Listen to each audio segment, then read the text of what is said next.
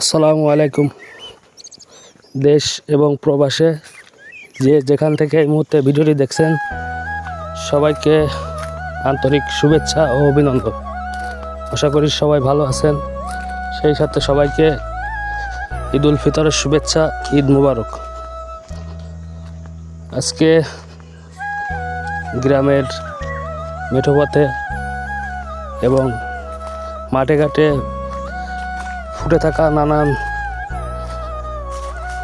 প্রকারের নাম না জানো অনেক ফুল নিয়ে আসলাম আপনাদের মাঝে।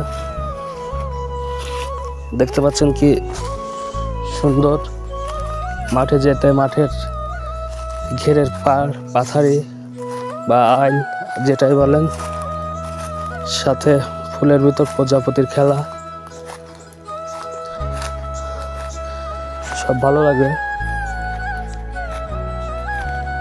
আশা করি আমার এই ভিডিওটা যদি আপনাদের ভালো লাগে সবাই লাইক, শেয়ার এবং সাবস্ক্রাইব করে পাশে থাকবেন। আশা করি এই ভিডিওটা খুব সুন্দর লাগবে, ভালো লাগবে। আর কেউ যদি এই ফুলগুলোর নাম বলে জেনে থাকেন তাহলে নিশ্চয়ই কমেন্ট বক্সে জানাবেন। এই ফলটাকে আপনারা কি ফল বলেন? আমাদের এখানে আমাদের বাগেরহাটের আঞ্চলিক ভাষায় এটাকে হ্যাগড়া ফল বলে। অনেকে আছে এগুলা শাক খায়, এটাকে হ্যাগড়া ফল বলে। আমাদের ছোটোবেলায় এগুলা আমাদের জামা কাপড় বা চুলে লাগাইতাম। খেলা করতে যে চুলে লাগিয়ে চুলের সাথে জড়িয়ে যেত, খুব মজা পেতাম। এখানে অনেক নাম না জানা ফল গুলো আছে। আপনারা যদি জেনে থাকেন তাহলে কমেন্টসে জানাবেন কোন ফুলের নাম কি। আমি সব ফুলের নাম জানি না, শুধু যেটুকু পারছি ভিডিওতে তুলে ধরার চেষ্টা করছি। আশা করি ভালো লাগবে আপনাদের।